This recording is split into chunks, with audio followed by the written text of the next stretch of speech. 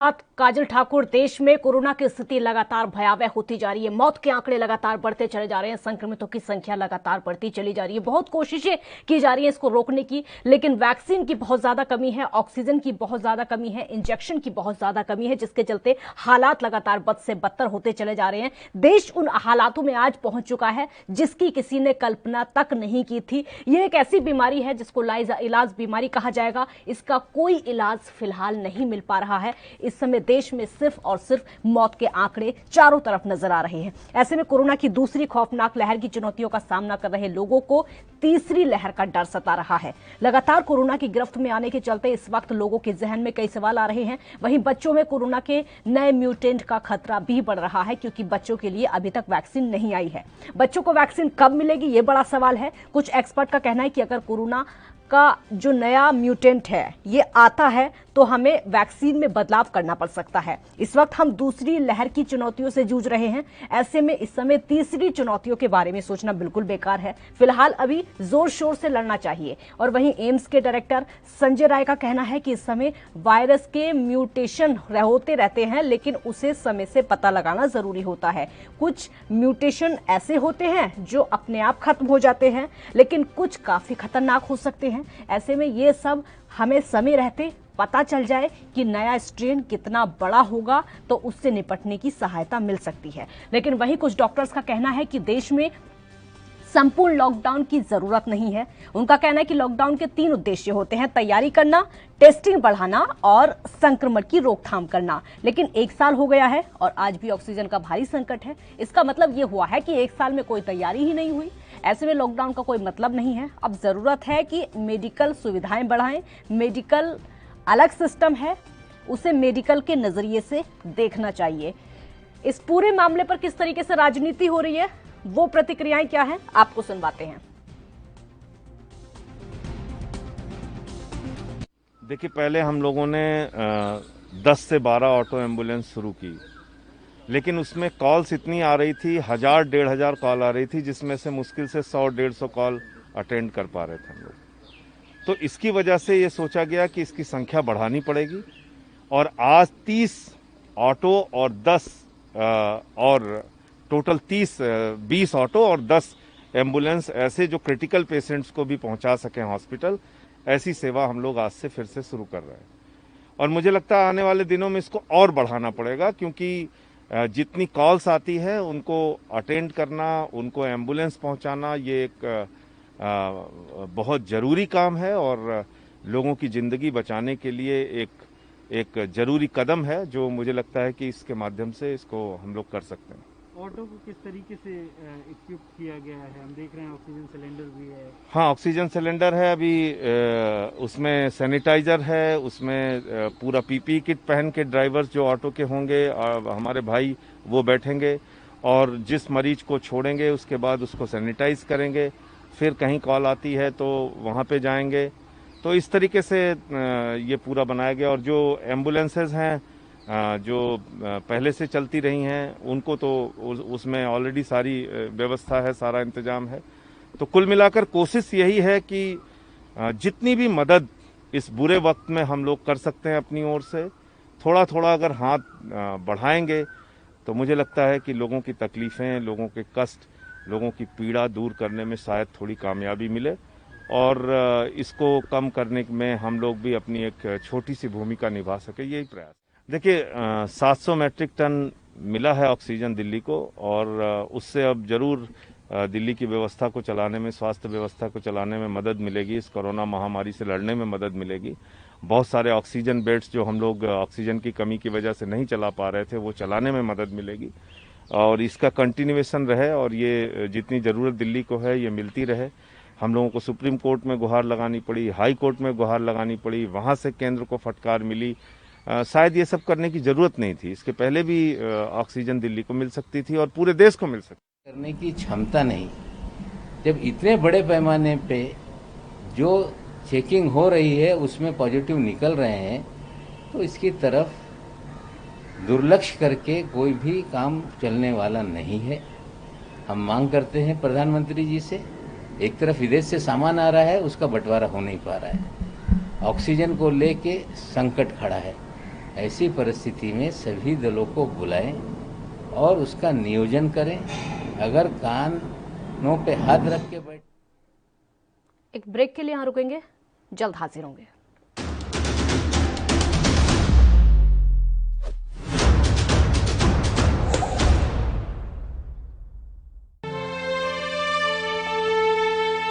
सत श्री अकाल जसवंत जी। हाँ जी जसवंत जी, की हाल है? हकीम साहब, 2 दिन हो गए, बुखार ही नहीं उतर रहा। चाचा घबरा ना, आ 2 पुड़ियां खा ला, मौसमी बुखार आ, 2 दिन च चला जाऊगा। ओए तू ਉਹੀ ਨੀਮ ਹਕੀਮ ਹੈ ਨਾ ਜਿਸਨੇ ਪਿਛਲੇ ਹਫਤੇ ਸਰਦੂਲ ਨੂੰ ਕਿਹਾ ਸੀ ਕਿ ਤੈਨੂੰ ਟਾਈਫਾਇਡ ਹੋਇਆ, ਤੇ ਉਸ ਤੋਂ ਪਿਛਲੇ ਹਫਤੇ ਬਲਰਾਜ ਨੂੰ ਕਿਹਾ ਸੀ ਕਿ ਤੈਨੂੰ ਠੰਡ ਲੱਗੀ ਹੈ। ਅੱਜ ਉਹ ਦੋਵੇਂ ਬੰਦੇ ਵੈਂਟੀਲੇਟਰ ਤੇ ਪਏ ਨੇ, ਕੋਵਿਡ ਹੋਇਆ ਸੀ ਉਹਨਾਂ ਨੂੰ, ਪਤਾ ਨਹੀਂ ਬਚਦੇ ਵੀ ਕਿ ਨਹੀਂ। ਓਏ ਬਾਬਾ, ਇਹਨਾਂ ਨੀਮ ਹਕੀਮਾਂ ਤੋਂ ਬਚ ਤੇ ਡਾਕਟਰ ਤੋਂ ਚੈੱਕਅਪ ਕਰਵਾ। ਭੱਜ ਇੱਥੋਂ, ਮਾਰ ਲੱਗਿਆ ਸੀ ਮੈਨੂੰ। ਜਦੋਂ ਵੀ ਕੋਰੋਨਾ ਵਾਇਰਸ ਦਾ ਕੋਈ ਲੱਛਣ ਜਿਵੇਂ ਕਿ ਬੁਖਾਰ, ਗਲਾ ਖਰਾਬ ਆਦि ਆਉਂਦਾ ਹੈ ਤਾਂ ਉਸੇ ਵੇਲੇ ਡਾਕਟਰ ਕੋਲੋਂ ਚੈੱਕਅਪ ਕਰਾਓ। ਨੀਮ ਹਕੀਮ ਤੋਂ ਦੂਰ ਰਹੋ। ਸਮੇਂ ਸਿਰ ਚੈੱਕਅਪ ਨਾਲ ਤੁਹਾਡੀ ਜਾਨ ਬਚ ਸਕਦੀ ਹੈ। ਪੰਜਾਬ ਸਰਕਾਰ ਵੱਲੋਂ ਜਨਹਿਤ ਵਿੱਚ ਜਾਰੀ।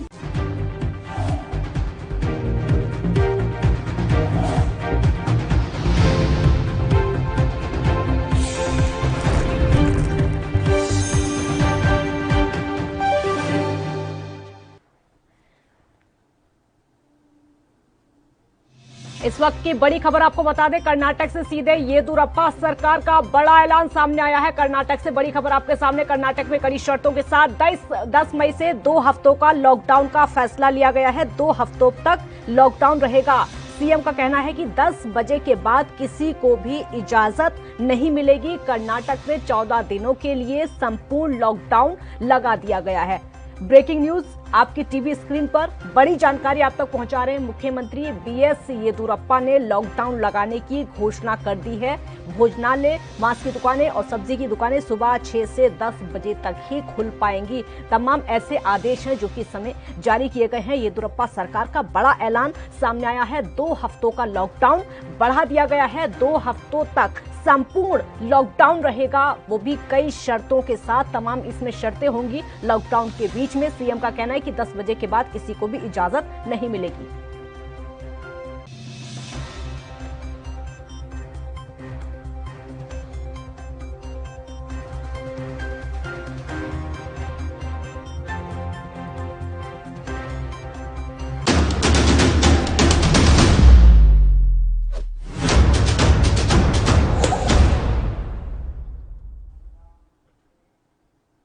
ब्रेक के बाद एक बार फिर स्वागत है आपका। तो पूरी तरीके से कोरोना ने कहर बरपाया हुआ है। कोरोना की जो लहर देखने को मिल रही है इस समय, दूसरी लहर खतरनाक हो चुकी है। इसको ये नहीं कहा जाएगा कि खतरनाक हो रही है, बल्कि खतरनाक हो चुकी है। लेकिन तीसरी लहर जो आने वाली है, अब उसका डर लोगों के जहन में सता रहा है। और एक नई बात निकल कर ये सामने आई है कि बच्चों में कोरोना का खतरा और ज्यादा बढ़ सकता है। उसके कई सारे ऐसे कारण हैं कि बच्चों में कोरोना का खतरा बढ़ सकता है, क्योंकि अब तक जो टीकाकरण है, पहले 45+ लोगों को लगा था। उसके बाद जो शुरुआत हुई वो 18+ लोगों को टीकाकरण की शुरुआत हुई। हालांकि सब जगह नहीं लग रहा है, कुछ ही राज्यों में थोड़ा थोड़ा करके ये टीकाकरण हो रहा है। लेकिन अभी तक बच्चों के लिए टीकाकरण की शुरुआत नहीं हुई है। बच्चों के लिए कोई टीका नहीं आया है, और यही वजह है कि बच्चों में और ज्यादा डर और ज्यादा टेंशन बढ़ जाती है। तमाम ऐसे सवाल हैं जो कि बच्चों को लेकर अब इस समय उठ रहे हैं, क्योंकि जो नया म्यूटेंट है, कई ऐसे म्यूटेंट है जो कि बच्चों में अटैक कर सकते हैं, जो कि बच्चों में खतरा पैदा कर सकते हैं। अगर बच्चों में कोई दिक्कत होती है, अगर संक्रमण होता है, तो जो अभिभावक होंगे, जो उनके माता पिता होंगे, तो फिर वो क्या करेंगे? उनके लिए खतरा और ज्यादा यहाँ पर बढ़ सकता है। ये तीसरी लहर बहुत ज्यादा खतरनाक हो सकती है, बहुत ज्यादा डरावनी हो सकती है। इसलिए तमाम एक्सपर्ट का कहना है कि इससे बचने के लिए तैयारी पूरी करनी होगी। तैयारी ऐसी होनी चाहिए जिससे कि बचा जा सके। तैयारी ऐसी होनी चाहिए जिसमें कि मजबूती हो। तैयारी ऐसी होनी चाहिए जिससे कि लोगों की जान को बचाया जा सके। तैयारी ऐसी होनी चाहिए जिससे कि लोगों का इलाज किया जा सके। तमाम ऐसे सवाल हैं जो कि तीसरी लहर को लेकर उठते हैं। लॉकडाउन को लेकर भी कुछ एक्सपर्ट का यह कहना है कि संपूर्ण लॉकडाउन की जरूरत नहीं है। संपूर्ण लॉकडाउन अगर ना भी लगेगा तब भी चलेगा।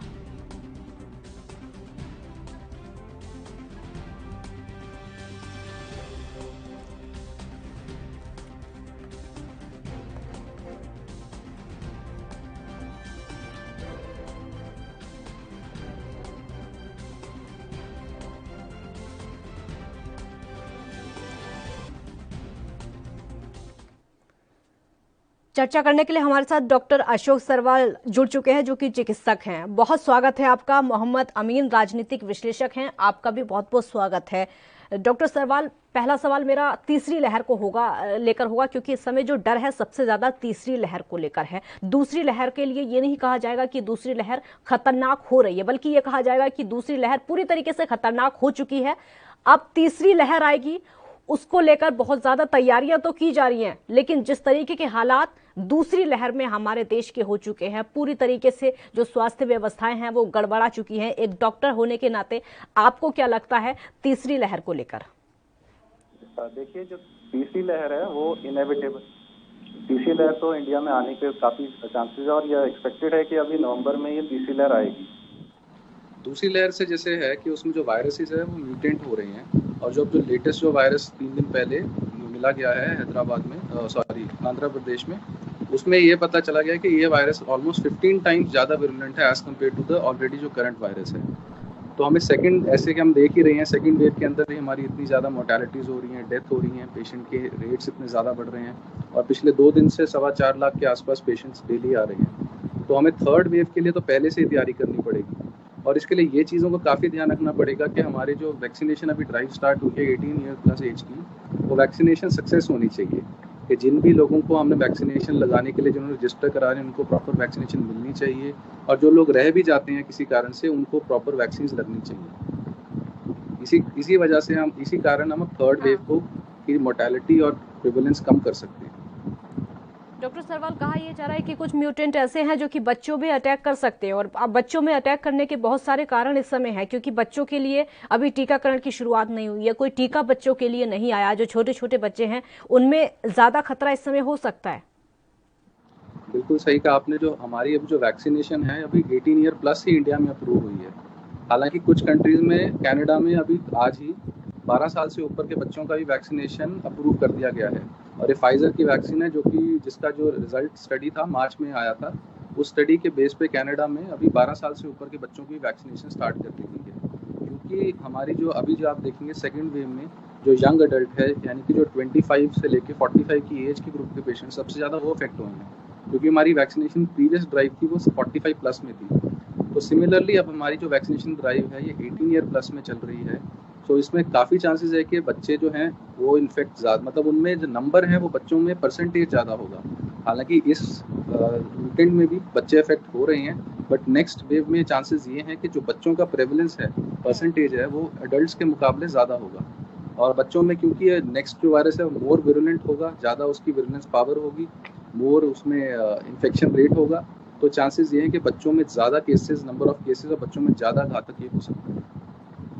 जी मोहम्मद अमीन जी, आपका राजनीतिक नजरिया क्या कहता है कि जो तीसरी लहर आने वाली है उसको लेकर हमारे देश की सरकारें कितनी तैयार हैं? क्योंकि अब तक हम देख रहे हैं, अब तक हमने जितना देखा है, राज्य सरकारें हो या फिर केंद्र सरकार, पूरी तरीके से सिस्टम फेल नजर आया है। देखिए, अभी तक हमारे देश के 2 करोड़ से ज्यादा लोग संक्रमित हुए हैं, लेकिन ये भी अच्छी बात है हमारे देश में कि 175 लाख जो 75 लाख ब्रेक के लिए रुकना होगा, आपकी बात पूरी करेंगे, छोटा सा ब्रेक यहाँ पर लेते हैं। आप देखते रहिए राष्ट्रधर्म।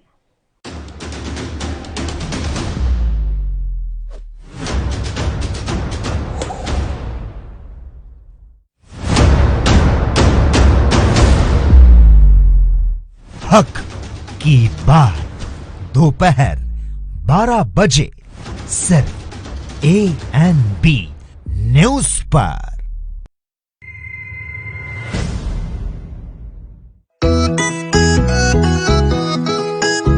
सबको टीका लगवाना है, कोरोना को हराना है, टीके की सुरक्षा अपना कर सुरक्षा चक्र बनाना है। 18 साल की उम्र हो, युवा हो या बुजुर्ग हो, एक पल भी सोचे बिना ये मौका नहीं गवाना है। सबको टीका लगवाना है, कोरोना को हराना है। टीका लगने के बाद भी सुरक्षा को अपना कर भी मास्क फिर भी लगाना है, 2 गज की दूरी निभाना है। सबको टीका लगवाना है, कोरोना को हराना है। मैंने कोविन एप्लीकेशन से अपना रजिस्ट्रेशन कराया और आज मेरा अपॉइंटमेंट मिल गया। पीजीआई में सब कुछ बहुत अच्छे तरीके से हुआ। प्रोसेस बहुत ही स्मूथ और बहुत ही लाइट तरीके से कंडक्ट किया गया। 18+ के लिए ये जो इनिशिएटिव लिया गया है बहुत अच्छा है। तभी मुझे वैक्सीन लग गई है और बिल्कुल कोई प्रॉब्लम नहीं हुई मुझे। मैं इसके लिए हमारी उत्तर प्रदेश गवर्नमेंट का बहुत बहुत शुक्रिया करती हूँ। चलो टीका लगवाएं, कोरोना को हराएं। निःशुल्क टीकाकरण अभियान में 18 वर्ष से अधिक उम्र वालों के लिए टीका लगवाकर सुरक्षा कवच बनाएं। comin.gov.in पर रजिस्ट्रेशन करवाएं। सूचना एवं जनसंपर्क विभाग उत्तर प्रदेश द्वारा जनहित में जारी।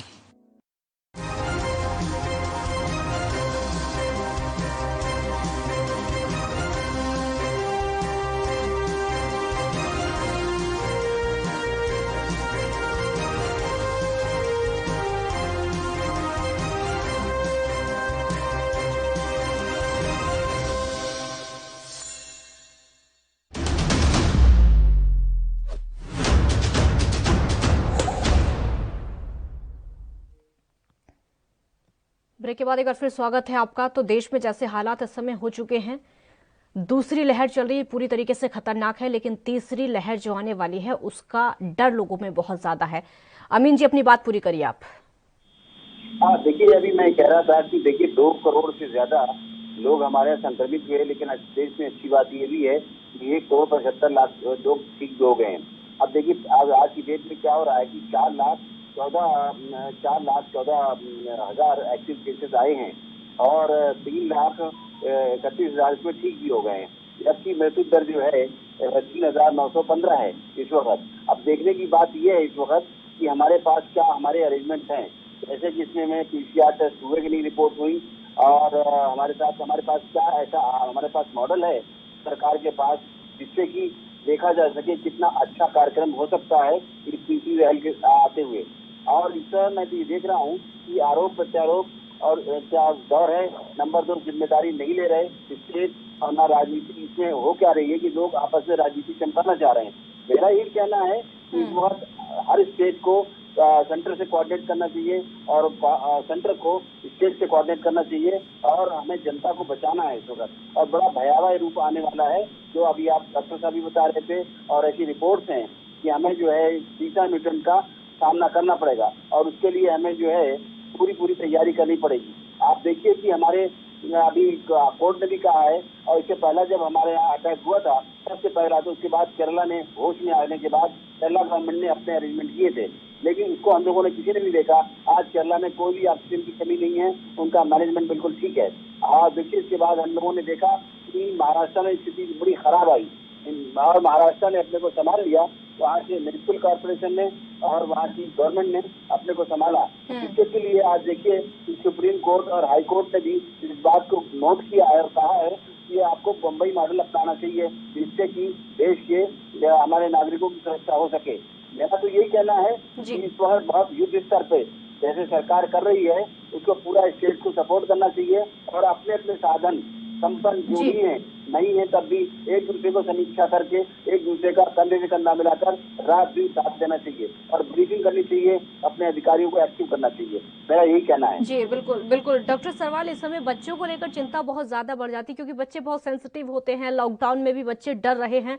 क्या ऐसा करना चाहिए बच्चों को सुरक्षित रखने के लिए, उनकी इम्यूनिटी बढ़ाने के लिए?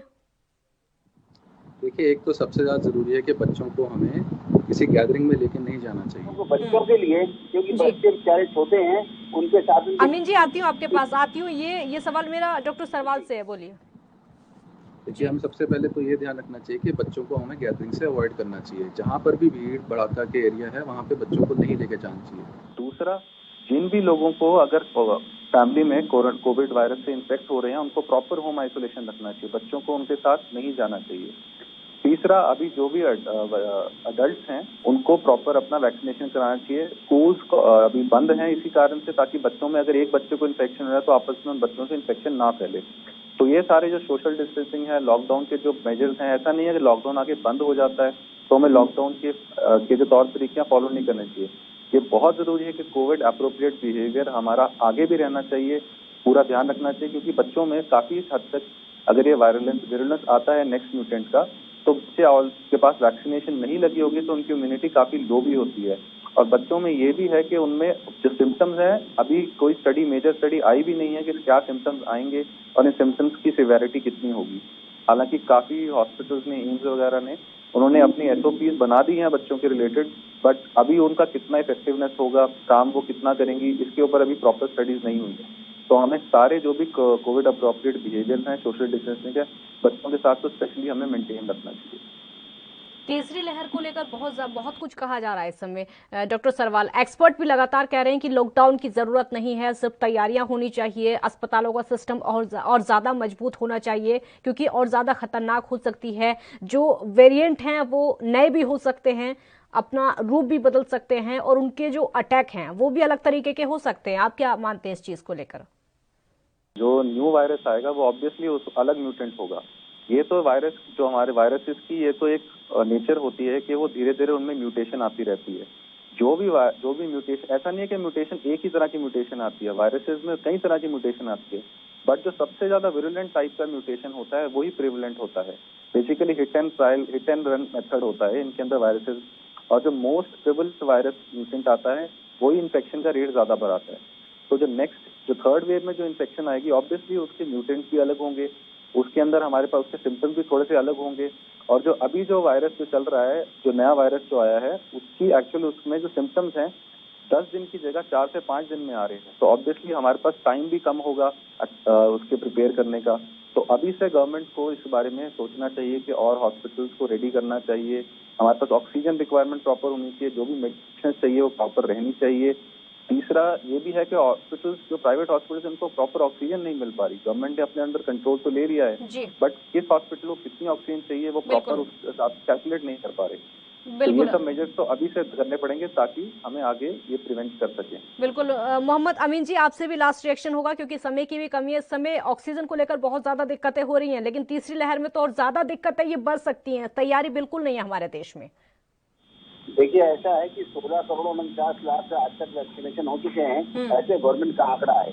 और पीएम ने जो है सारे सीएम से, स्टेट के सीएम से बात कर ली है कि लॉकडाउन के संबंध में। और दूसरे इसके पहले सुप्रीम कोर्ट ऑफ इंडिया ने ऑक्सीजन सप्लाई के लिए, मेंटेन करने के लिए कहा है कि इसका ऑडिट होना चाहिए और पर स्टेट रेगुलरली ऑक्सीजन की सप्लाई होना चाहिए, और इन लोगों को ज्यादा से ज्यादा बेड बढ़ाने चाहिए और अपना आरोप प्रत्यारोप का जिम्मेदारी लेना चाहिए, आरोप प्रत्यारोप नहीं लगाना चाहिए और राजनीति को चमकाने की कोशिश नहीं करना चाहिए। मेरा यही कहना है, देश के हित को देखते हुए, देश के नागरिकों को हित को देखते हुए। बिल्कुल, बहुत शुक्रिया आपका डॉक्टर सरवाल, आपका भी बहुत शुक्रिया हमारे साथ जुड़ने के लिए और इतनी सारी जानकारी देने के लिए, क्योंकि देश में इस समय जैसे हालात हो चुके हैं, बच्चों में बहुत ज्यादा खतरा पैदा हो चुका है। बच्चे जो हैं उनको लेकर चिंताएं बढ़ रही हैं कि जो नया म्यूटेंट है कहीं और ज्यादा अटैक बच्चों में ना करे। कई ऐसे कारण हैं उसके कि हो सकता है जो अब नया वायरस आएगा बच्चों में खतरा पैदा कर सकता है, क्योंकि अभी तक बच्चों के लिए टीका नहीं बन पाया है, बच्चों का टीकाकरण शुरू नहीं हो पाया है।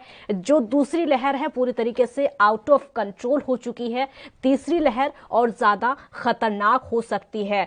सरकारों को भी पता है, सिस्टम को भी पता है, प्रशासन को भी पता है और जो स्वास्थ्य सेवाएं हमारे देश की हैं उनको भी पता है, लेकिन किस तरीके से निपटा जाएगा अभी इसके लिए कोई सिस्टम तैयार नहीं है। किस तरीके से व्यवस्थाओं को देखा जाएगा, ना तो सरकार उसके लिए तैयार है और ना ही हमारे देश की जो स्वास्थ्य सेवाएं हैं वो इसके लिए पूरी तरीके से तैयार हैं। देश का सिस्टम गड़बड़ाता चला जा रहा है, चाहे वो अर्थव्यवस्था की बात हो या फिर ऑक्सीजन की बात हो, रेमडेसिविर की बात हो या फिर इंजेक्शन की बात हो या फिर वैक्सीनेशन की बात हो। लगातार चिंताएं बढ़ती चली जा रही हैं सरकार की, क्योंकि वायरस बहुत ज्यादा खतरनाक होता चला जा रहा है। राष्ट्र भर में फिलहाल इतना ही। आप देखते रहिए ANB न्यूज। नमस्कार।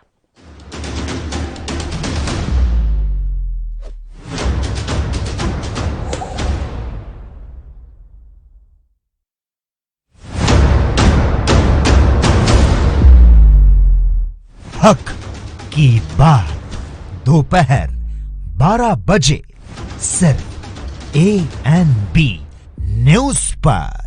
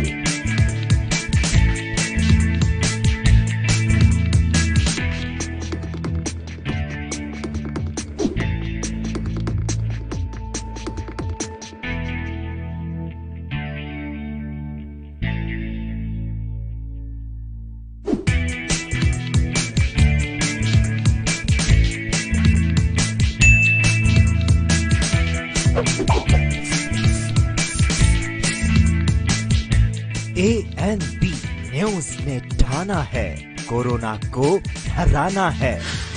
आपके हित में जारी।